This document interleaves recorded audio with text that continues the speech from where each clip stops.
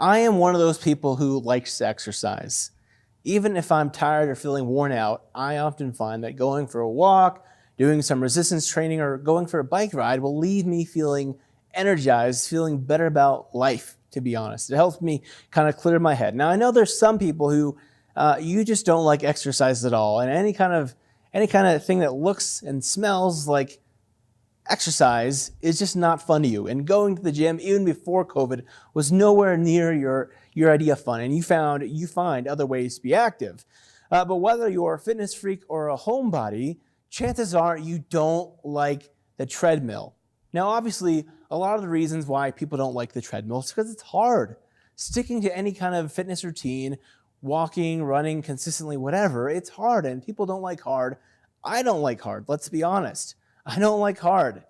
But even the serious runners often don't like the treadmill for different reasons. One, it can kind of mess with your running gait is the word. It's kind of how your feet land and how you run, how your running form.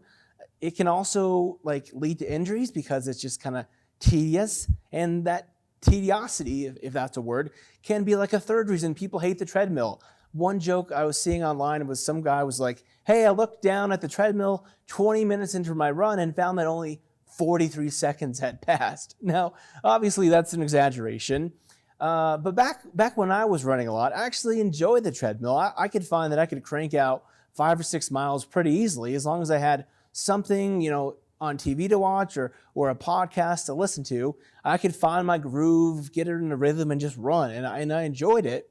But I hate the elliptical machine. I know there's a lot of people who like the elliptical machine. I hate the elliptical machine. And it's like this kind of thing. I'm like, that's not natural. And that's a natural form. And the same thing about seconds feeling like hours on the treadmill is kind of how I felt on the elliptical machine. Now, most of us find the treadmill also a little bit problematic because it's this metaphor for life in a way. Any situation that's boring, tedious, or unpleasant feels like being on a treadmill. And we'll say things like, oh, I'm in this soulless existence, or the soulless treadmill of existence. Or we might say, I'm on this treadmill of life going nowhere. Or, we just use this kind of treadmill metaphor for anything that feels like we're putting in more and more effort, but going nowhere. Because that's what the treadmill is. You're literally running and running and running, literally going nowhere. And, I don't know about you, but as I reflect on this year of 2020 and think about, here we are already in the month of September. I mean, can you believe that? September. Think back in March. It felt like the month of March was just this endless month. And now we're already in September. It's shocking. We're nearly toward the latter end of September. It's just mind-blowing. And I wondered where has it all went? And I don't know about you, but for me, so much of this summer, spring, smorgasbord of time has just felt like me scrambling, trying to keep up with the chaos, the changes, the disruption happening all around me. And I mean, here at church, it's been trying to figure out back in the spring, when do we shut down? And then trying to figure out where are we going to film from? And then having to move and figuring out how we're going to do this whole thing online for a long, extended period of time. At home, it's been equally chaotic with, my wife's an ER nurse, so she's had to deal with some of the stress and anxiety of seeing COVID firsthand, up close. There's also the reality that I'm stuck at home with two young kids a lot of the time. And, trying to homeschool, homeschooling is no joke. And I could spend an entire message talking about how we've put our families and our parents in this impossible situation of trying to homeschool and trying to work and educate their children. It's bad news. It's really hard. And as I see the tragedy, the protests, the unrest that has unfolded throughout this spring and summer, I've wondered, am I doing enough? As a pastor, as a parent, as a husband, as a member of society. And perhaps like me, You've seen all this going on, and as you've tried to navigate the changes brought on by COVID, you've been trying to deal with and have be in the right participation, being a part of the social unrest and being on the right side and doing the right thing.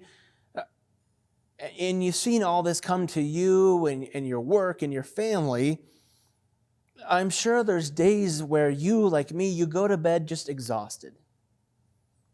And you wake up just as tired, only to slog through another day just to do it over and over and over again, feeling worn out, beat down, and just plain tired. And despite all your efforts, despite all your labor, you feel like you're running on a treadmill, going nowhere in life. And what can we do? Because I'm sure, like me, you felt that way, like we're making no progress, going nowhere in life. So what can we do when we find ourselves feeling like we're stuck on the treadmill of life? Running and striving and working and laboring and wearing ourselves out. I mean, I don't know about you, but there are times that I just feel worn out. And I'm working and I'm striving and I'm running and I'm trying. But I feel like I'm going nowhere, making no progress, just wearing myself out. So what do we do? Where can we go from here? Well, this is where I find God's words helpful, and specifically some words that the Apostle Paul wrote. So Nellis kicked off this series for us last week. We're talking about living with purpose. And this week I want to talk about running with purpose. And I want to look at some words from the Apostle Paul, who wrote a lot of the New Testament as we know it. And he has some words that I think are meaningful for us. But interestingly enough, the Apostle Paul often wrote using athletic metaphors. And there's some thought that he was inspired, him and other New Testament writers were inspired by the ancient Olympic Games and different sorts of games and athletic events that took place throughout the ancient world. But again and again throughout the New Testament, we find these calls not to run in vain, to finish the race, to fight the good fight. In this section of Scripture we'll be reading from today, from the book of Philippians, what was originally a letter of Paul written to the church in the city of Philippi, we find similar language. So I want to read from you, and you're welcome to follow along here with me from the book of Philippians chapter 2. Paul says, God is the one who enables you both to want and to actually live out his good purposes. He says, do everything without grumbling and arguing so that you may be blameless and pure, innocent children of God, surrounded by people who are crooked and corrupt. Among these people, shine like the stars of the world, because you hold on to the word of life. This will allow me to say on the day of Christ that I haven't run for nothing or worked for nothing. It's those latter words that stand out to me. I haven't ran for nothing or worked for nothing. Some translations say it a different way. I did not run or labor in vain. Because of Jesus, because of the example of Jesus, his faithfulness, his humbleness, Paul would be able to say at the end, I haven't worked in vain. I haven't worked for nothing. It's been worth it. Isn't that what we all want in life? To be able to say, like, what I did mattered, what I did had value, that it made a difference. To say, as Paul said elsewhere, I have fought the good fight. I have finished my course. I have kept the faith. At the end of our day, at the end of our week, at the end of our year, we want to see some results for our efforts, right? To feel like we've made some progress, like we've done the right thing, and at least made a small difference in our family, in our community, maybe even in our world. So how do we do that? How do we do that? How can we get to the end and feel like, even if it's the end of our day, the end of our week, feel like we've made a difference? What we've done has mattered. It hasn't been in vain. Well, I think if I can be so bold, it's kind of simple. We just have to run our race, to say with that athletic metaphor. A couple weeks ago, I was interviewing Dr. Stephanie Rose Spalding, a pastor and activist in Colorado Springs, and I'd recommend you check out her work with the Truth and Conciliation Commission. She's doing some great work, her and her team, on bringing about truth and conciliation to our nation. But I was interviewing her for the Future Christian podcast, and I asked her how white suburbanites can be better accomplices, as she uses the word, in the struggle for social justice and racial conciliation. Now, to my complex and pretty complicated question, she gave a rather simple response. She said, "What do you have in your hands? What do you have in your hands?" Now, I know obviously right now I have a Bible in my hands, but I was thinking about that. What do I have in my hands? What do you have in your hands? It's simple, yet so profound, and it reminded me of the story of the feeding of the 5,000. Do you remember that story? It's in all four of the Gospels, Matthew, Mark, Luke, and John. And the story goes that the disciples and Jesus are out with a multitude of people, and it's around dinner time, and they're hungry, and no one has any food. And the disciples they have no idea what to do. And all of a sudden, there's this boy, and he has 5 loaves and 2 fishes, and he says, "Hey, can you use this?" Now, if you grew up in church, you probably heard the story, and you know what happens next. All are fed.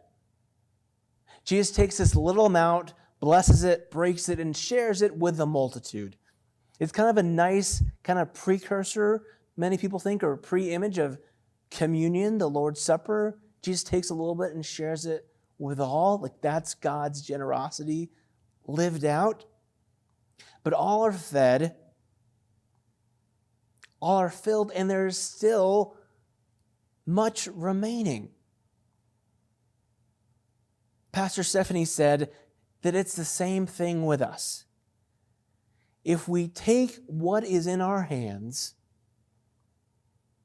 and we give to God to bless it and to break it and to make a difference in our world, God will multiply it. So I want to ask you the same question that Pastor Stephanie asked me. What's in your hands? What is in your hands? What unique gift, talent, ability, or opportunity, no matter how big or how small, and hear me on this, I think in our moment, in our time, we feel like if we're going to do something, it has to go viral, it has to be big, it has to be humongous, has to get discovered everywhere. But that's not how God thinks, that's not how God feels. What do you have in your hand? I mean, if we look back to the book of Philippians, what God honors is sacrifice, humility, humbleness. That's what God honors, and that's what we worship. If we read in Philippians chapter 2, just before the text we read, Jesus is praised as being, though he was not in the form of God, he did not consider being equal with God as something to exploit. But Philippians 2:7, he humbled himself, taking the form of a slave and becoming like human beings. If you read the rest of that dramatic, wonderful poem of praise, we read of Jesus being magnified, being glorified because his sacrifice, his humility, his humbleness. If I can go back to the running metaphor again, you've got to run your race.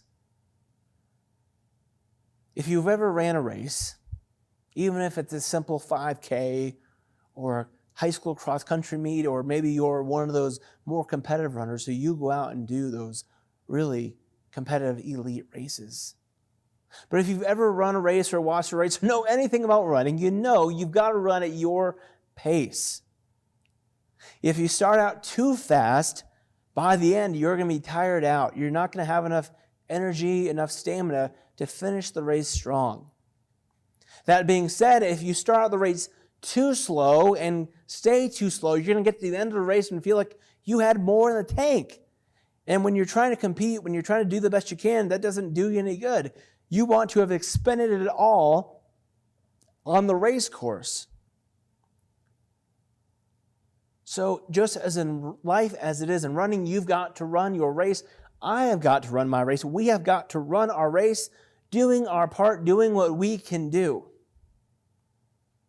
And when you do your part, when I do my part, we will find ourselves at the end of our week, at the end of this year, even I believe at the end of this life, our lives, echoing the words of the Apostle Paul.